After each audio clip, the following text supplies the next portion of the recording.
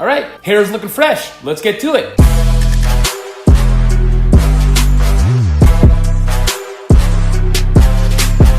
Straight to the chase, thank you so much for tuning into the channel. You are here for only one reason, and that reason is that we have free fights upcoming this weekend. It is UFC on ESPN 4 at the AT&T Arena in San Antonio. Once again, I say this every time, but it continues to be true, at least for 2019. This is going to be a banger, and it's absolutely free. So if you are a real MMA fan, be sure to tune into this card. Starting off right away in the heavyweight division, this is one that may not be acceptable in my eyes as at least an MMA fight to be on the main event, main card of the UFC. We're talking about former NFLer Greg Hardy against Juan the Kraken Adams.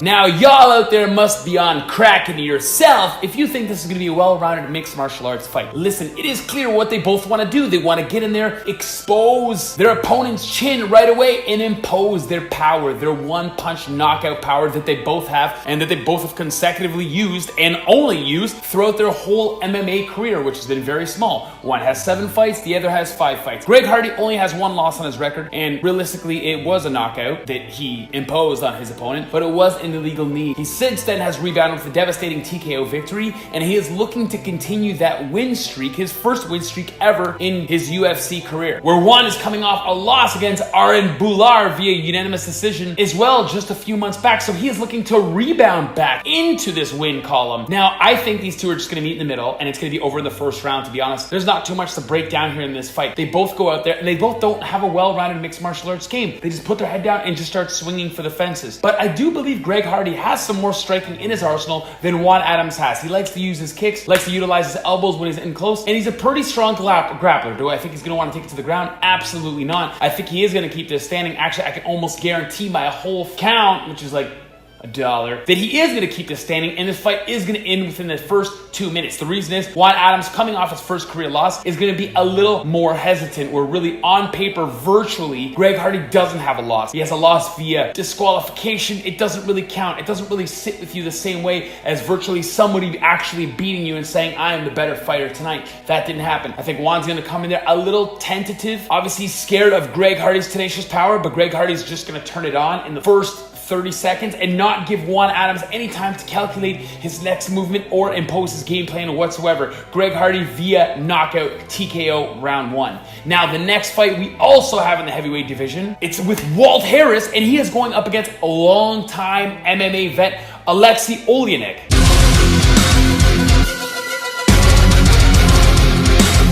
Now, I say long-time MMA vet because the dude is going up for his 71st MMA fight. You heard absolutely correct. Big difference between these two fighters. Walt Harris is a one-punch knockout artist. That's all he loves to do. That's all he's shown in the cage. And his wrestling and his ground game is really proven to be zero at this point in his career. Where Olynyk, although a very well-rounded fighter, he is a very well-crafted jiu-jitsu expert. He has fantastic submissions and an abundance of them on his resume. But coming off a devastating knockout like that of against Alistair Overeem, I think he's going to be a little bit tentative, and Walt Harris is going to be smelling that blood that Alistair Overeem started in the damn first place, and I think this could be one of those fights that could either make Olynyk get back into those top 5 rankings or really break him and send him down the line. And I know that seems obvious, but I think this is something he really needs to look out for because he is coming off a devastating knockout. And Walt Harris, although not as 3-dimensional of a fighter, I guess I should have just said more of a 1-dimensional fighter, he is, with just that one technique, he's going to go in there and try to impose it, and if he lands it, Olynyk could very well fold. And this is something I don't really think is going to happen, though, because I do have faith in Alexi. He is a longtime vet. He's lost before. He knows how to lose and rebound back and get back into the win column and stay focused and not getting too emotional and caught up on the past and just focusing on the present, which a lot of fighters fail to do. And he's fought vets. Jeff Monson, Mirko Kroka, Junior Albany, Alistair Overeem, we just said, Mark Khan, Curtis Blades, Travis Brown. He has fought an abundance of who's who in the MMA world, where Walt Harris is just kind of breaking in that field here.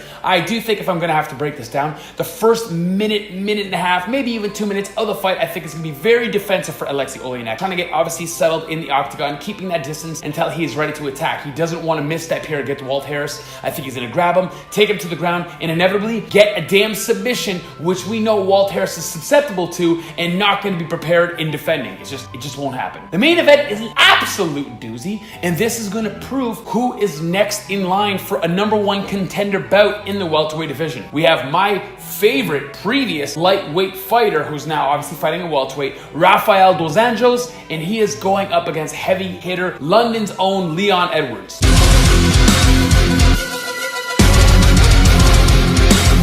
Now, I know you're thinking, Leon Edwards must be full from that 2-piece and a soda combo that Leon Edwards delivered months ago, but he is back and he is ready to fight. He is ready to get in there and continue his long winning streak that he has had inside of this octagon cage. This victory would put him at 8. Gunnar Nelson, he's taking out. Donald Cerrone, Peter Sabota, Brian Barberana, Vicente Luque, Albert Tumanoff, and the list just goes on. He's only lost to obviously previous champ in the UFC, Kamaru Usman, and some bum named Claudio Silva, which really, if they ran it back, Claudio Silva wouldn't be able to blink his eyes once without getting head kicked to oblivion. It's just fact. Now, Rafael dos Anjos also coming off a fantastic victory against a very top opponent at the lightweight division, who obviously also moved up to the welterweight, and that is Kevin Lee. And he beat him in a way which I think could really differentiate him from Leon Edwards, and that was via submission. But Rafael dos Anjos has also lost against Kamaru Usman. Listen, the one thing that these guys both really lack is the wrestling takedown defense. They're both susceptible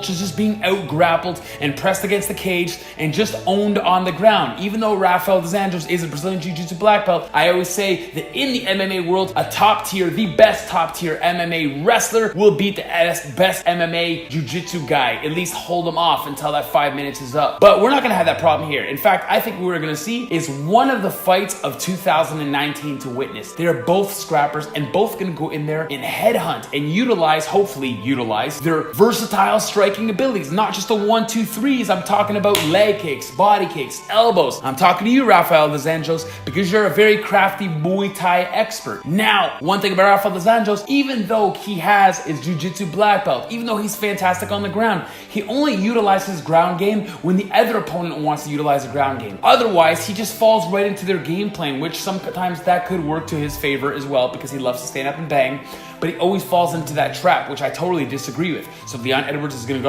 want Rafael to stand up, and guess what? I think Rafael is going to stand up, and that could be a huge mistake here, and that's exactly how I think he's going to lose this fight. I think if each fighter was going to their game plan, I think Rafael dos Anjos would have no problem in this fight. Take his time, grab a hold of him, take it to the ground, and utilize his Brazilian Jiu-Jitsu. But his Brazilian ego is going to get in the way. Not to offend any Brazilians, I love you guys, but I think he's just going to want him there to stand and get a devastating highlight reel knockout, or obviously a fight of the year candidate, and that's fine, but just make sure you stay calm when you're delivering those strikes and don't get caught up in a planting your foot, kind of back and forth, pitter patter, sock 'em boppers, rock 'em, sock 'em robot type of fight. Make this an MMA fight. So if I'm gonna have to call it, I do think, though, in my heart, as much as I want dos Anjos to win, I think Leon Edwards is just going to bait Rafael right into the type of fight that he wants, and Leon is going to take this via unanimous decision. I don't think he's finishing Rafael dos Anjos. I don't think he has a better cardio take than dos Anjos, but I just do think that dos Anjos is just going to get caught up in the moment and get way ahead of himself and fall right into the trap of let's stand and bang and let's neglect your Brazilian Jiu-Jitsu. Anyways, guys,